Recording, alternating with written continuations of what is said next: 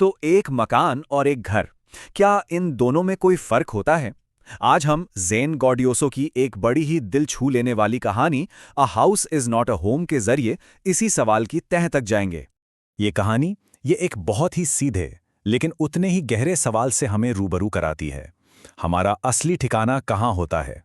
क्या वो सिर्फ चार दीवारों से बनी कोई जगह है या फिर कुछ और? तो कहानी की शुरुआत होती है एक टीनेजर से जो अपनी दुनिया में बिल्कुल अकेला पड़ गया है। एक नया शहर, एक नया स्कूल, और उसे लगता है जैसे वो पूरी तरह से खो गया है। जरा सोच कर देखिए, आप एक बिल्कुल नई जगह पर हैं जहां कोई अपना नहीं। हमारा नायक भी अपने नए बहुत बड़े हाई स्कूल में ऐसा ही अकेला महसूस करता है। उसे अपने पुराने दोस्त, अपने पुराने टीचर, अपनी पूरी पुरानी जिंदगी की बहुत याद आती है। उसे लगता है कि वो इस नई जगह में कभी भी घुल मिल नहीं पाएगा। इस अकेलेपन की दुनिया में उसकी जिंदगी बस तीन चीजों पर टिकी थी। वो खुद, जो इन बदलावों से जूझ रहा था, उसकी देखभाल करने वाली माँ, और उसकी प्यारी सी बिल्ली, जो सिर्फ एक पालतू जानवर नहीं बल्कि उसके बचपन और उसकी मासूमियत का एक जिंदा सबूत थी। और ठीक जब उसे लग रहा होता है कि शायद चीजें इससे ज्यादा खराब नहीं हो सकती, तभी एक ऐसी तबाही आती है जो उसकी पहले से ही बिखरी हुई दुनिया को पूरी तरह से हिलाकर रख देती है। एक आम सी रविवार की दोपहर, और अचानक घर में आग लग जाती है। हर तरफ धुआं, अफरा तफरी, और इस सब के बीच उसकी माँ जरूरी कागजात और पुरानी तस्वीरें बचाने के लिए जलते हुए घर में वापस भागती है। देखते ही देखते घर जलकर राख हो जाता है। लेकिन सबसे बुरा तब होता है जब उसे एहसास होता है कि उसकी बिल्ली वो कहीं नहीं मिल रही। अपने घर को, अपनी दुनिया को जलते हुए देखकर उसे एक बहुत अजीब सा एहसास होता है।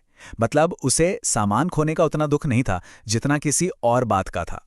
उसके लिए असली बर्बादी उसकी बिल्ली का खो जाना था। वो सिर्फ एक जानवर नहीं थी, नहीं, वो तो जैसे उसकी पूरी दुनिया, उसकी यादों का एक हिस्सा थी, और उसके बिना वो सच में अकेला और पूरी तरह से टूट चुका था। लेकिन कहते हैं ना, हर अंधेरी रात के बाद सुबह होती है, और यहां उम्मीद की किरण एक ऐसी जगह से आई जिसकी उसने कभी कल्पना भी नहीं की थी। जिस स्कूल में वो खुद को एकदम बाहरी समझता था, वहां के स्टूडेंट्स को जैसे ही उसकी कहानी का पता चला, वो सब उसकी मदद के लिए एक साथ आ गए। उन्होंने उसके लिए चंदा इकट्ठा करना शुरू कर दिया। और अगले दिन जब वो स्कूल पहुंचा तो जो हुआ वो कमाल था।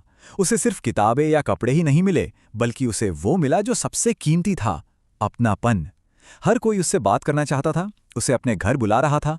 उसे पहली बार लगा कि वो अकेला नहीं है। ये एक अजीब सा विरोधाभास है ना? जिस आग ने उससे उसका मकान छीना, उसी ने उसे एक घर बनाने का रास्ता दिखा दिया। इस एक हादसे ने उसे उसके नए स्कूल और वहां के लोगों के बहुत करीब ला दिया था।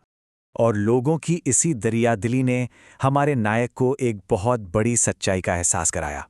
एक ऐसी सच्चाई जो घर की परिभाषा हमेशा के लिए बदल देती है। उसे अब जाकर समझ आया कि मकान और घर में क्या फर्क होता है। मकान तो बस ईंट पत्थर का एक ढांचा है, लेकिन घर तो लोगों से बनता है, प्यार से, अपनेपन से, एक दूसरे की परवाह करने से बनता है। तो अगर हम उसके पूरे इमोशनल सफर को देखें, तो वो कहां से कहां पहुंच गया। अकेलेपन और बर्बादी के अंधेरे से निकलकर उम्मीद और अपनेपन की एक नई सुबह तक। अब उसके पास नए दोस्त थे, एक नया एहसास था। जिंदगी धीरे धीरे पटरी पर आ रही थी, पर एक टुकड़ा अभी भी गायब था, एक हिस्सा अभी भी अधूरा था। और फिर वो होता है जिसकी उम्मीद वो लगभग छोड़ चुका था। एक अनजान महिला उसे उसकी खोई हुई बिल्ली लौटा देती है।